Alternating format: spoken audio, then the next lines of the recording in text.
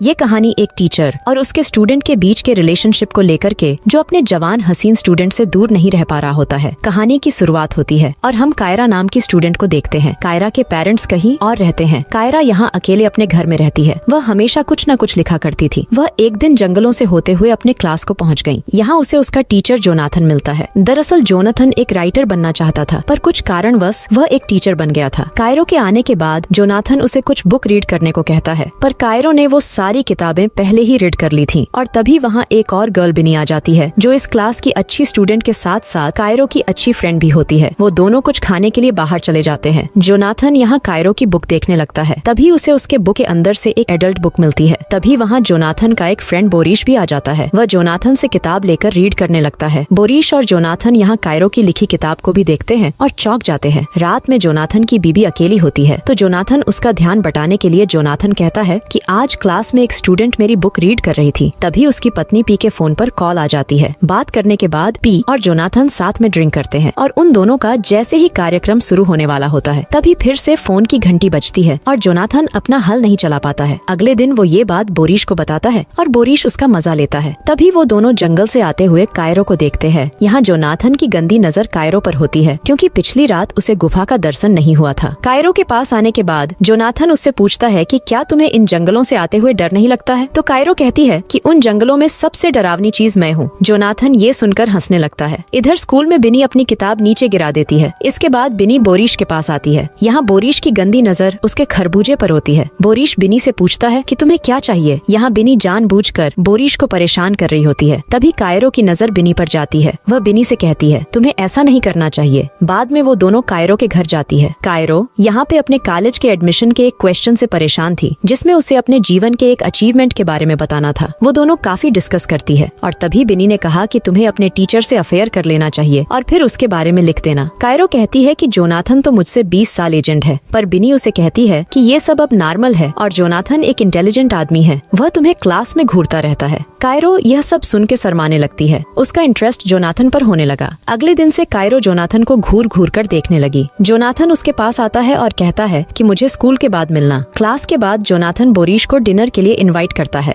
Boris यहाँ से dance करता हुआ चला जाता है। उसके जाने के बाद जोनाथन भी डांस करने लगा। तभी वहाँ कायरो आ जाती है। इसके बाद दोनों बैठकर बातें करने लगते हैं। जोनाथन चाहता था कि कायरो अपने बारे में एक स्टोरी लिखे जो उसे पसंद हो। अगर कायरो ऐसा करती है तो जोनाथन उसे एग्जाम में फुल नंबर देगा। कायरो बताती है कि मैंने भी आपकी किताब देखी है और यहाँ कायरो उसके किताब की कुछ लाइन बोलकर सुनाती है। फिर इसके बाद जोनाथन उसको अगले हफ्ते एक जगह बुलाता है, जहाँ वह इसके असाइनमेंट के बारे में डिस्कस करेगा। रात को बोरिश जोनाथन और उसकी पत्नी पी डिनर के लिए गए, जहाँ बिनी ऑन ऑर्डर लेने के लिए आती है। पी ने पूछा कि क्या ये वही गर्ल है जिसके बारे में तुम बताते रहते हैं? जोनाथन ने कहा नहीं, वो कायरो है। पर यहाँ पी जोनाथन से जेलस होती, क्योंकि जोनाथन का इंटरेस्ट कायरो के ऊपर होने लगा था। पी यहाँ पे जोनाथन की बेइज्जती करने लगती है। वह कहती है कि तुम में अब राइटर वाली बात नहीं रह गई, तुमने कुछ सालों से कुछ नहीं लिखा। वीकेंड पर कायरो जोनाथन के बताई जगह पर जाती है। यहाँ जोनाथन कायरो के पीछे से आकर दोनों एक दूसरे के करीब बैठ जाते हैं। यहाँ एक आदमी पोएम बोलने लगता है। यहाँ वह आदमी ध्यान से पोएम सुन रहा होता है और कायरो जोनाथन को देखे जा रही थी। बाहर आकर कायरो एक सिगरेट जलाती है और दोनों एक साथ सिगरेट पीने लगते हैं। अगले दिन कायरो जोनाथन के सामने हॉट ड्रेस पहनकर आती है। जब बोरिश ने इसके बारे में पूछा तो कायरो ने कुछ नहीं कहा। बोरिश जब वहाँ से चला गया तो कायरो जोनाथन के पास बैठकर बातें करने लगती है। वे दोनों एक दूसरे के करीब आ रहे थे। क्लास की तरफ जाते हुए जोनाथन को उसकी वाइफ का मैसेज कहीं घूमने जाने के लिए आता है। इसके बाद कायरो जोनाथन को अपने फेवरेट कवि के बारे में बताती है, जिसके स्टाइल में वह स्टोरी लिखेगी। जोनाथन अपने घर आ जल्दी जा रहा होता है, तो वह हाँ करके चला जाता है। उसके जाने के बाद बिनी यहाँ कायरो के साथ मस्ती करने लगती है। तभी वहाँ पर बोरिश आ जाता है। बिनी अब बोरिश को भी सताने लगी। वह उसका फोन अपने खरबूजे में डाल लेती है, पर यहाँ कायरो का फोन गुम हो जाता है। दूसरी तरफ जोनाथन का अपनी वाइफ के साथ जाने का प्लान कैंसिल हो जाता है, क्योंकि वो अपने काम में बिजी हो जाती है। तभी जोनाथन को एक कॉल आता है। दरअसल ये कॉल कायरो की तरफ से होता है, क्योंकि गलती से जोनाथन कायरो का फोन लेकर आ गया था। और इसके बाद जोनाथन कायरो का फोन देने के लिए उसके घर की तरफ चल दिया। उसके वहाँ पहुँचते ही वहाँ बारिश होने लगती है। तभी वहाँ कायरो ड्रेस बदलकर बाहर निकलती है। अब दोनों एक दूसरे को देखने लगते हैं, फिर वे किस करते हैं। इसके बाद जोनाथन वापस अपने घर आ जाता है। यहाँ जोनाथन को कायरो की तरफ से एक मैसेज आता है। तभी जोनाथन की पत्नी कहती है कि तुम्हारे यहाँ होने की वजह से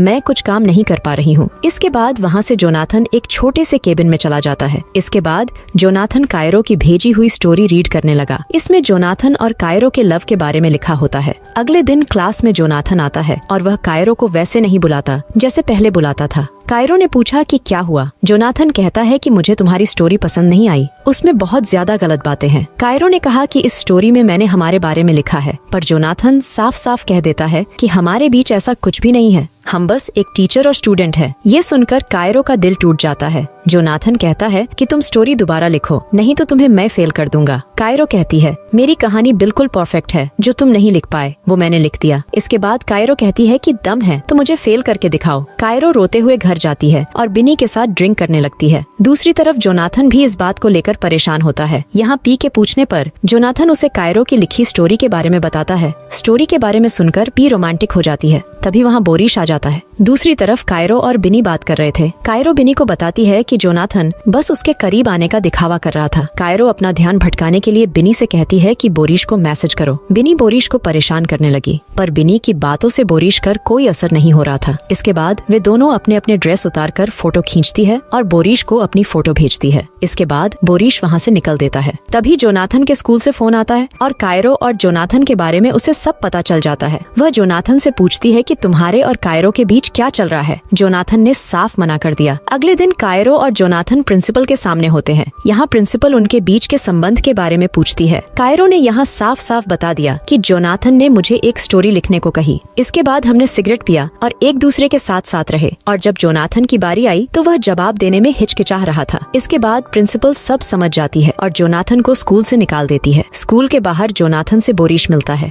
वह कहता है कि तुम्हें अपनी लिमिट में रहना चाहिए था और अब लिमिट क्रॉस करने की वजह से तुम्हारी ऐसी हालत है। घर पहुंचने के बाद जोनाथन ने पी को बताया कि उसे नौकरी से निकाल दिया गया है। उसकी बीवी को उस पे शक होने लगता है। वह फिर से उससे पूछती है कि क्या तुमने कायरो के साथ कुछ किया, तो जोनाथन फिर से मना कर देता है। उसकी बीवी फिर से पूछती है कि क्या तुम्हारे दिल में कायरो के लिए कुछ फीलिंग है। इस पे जोनाथन कुछ नहीं बोलता है। वो दोनों एक दूसरे के साथ बहस करने लगते हैं और एक दूसरे की कमियां गिनवाने लगते हैं, और बात यहाँ तक पहुँच जाती है कि जोनाथन की बीवी उससे डाइवोर्स देने को कह दी। दूसरी तरफ बिनी कायरो से मिलती है और कहती है कि तुमने जो कुछ जोनाथन के साथ किया ये गलत है, पर इस बात से कायरो को कोई फर्क नहीं होता है। दरअसल वह अब जोनाथन से बदला लेना चाहती थी। कायरो ने इन सब चीजों को अपनी ग्रेटेस्ट अचीवमेंट बताया। इसके बाद कायरो कहती है कि जोनाथन के पास न ही नौकरी है और न ही उसकी वाइफ है। अब अकेले क्या जोनाथन कुछ लिख पाएगा। इसी के साथ मूवी समाप्त हो जाती है।